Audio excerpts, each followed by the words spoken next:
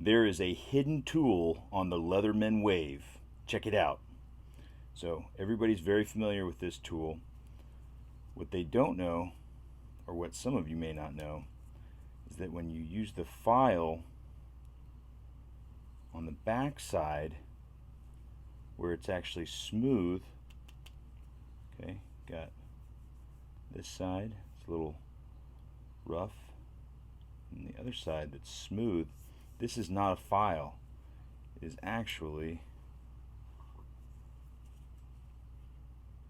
a knife sharpener. It's a diamond dust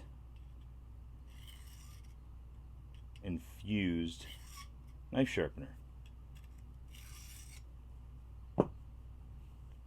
Now you know. Don't forget to click and subscribe to our channel.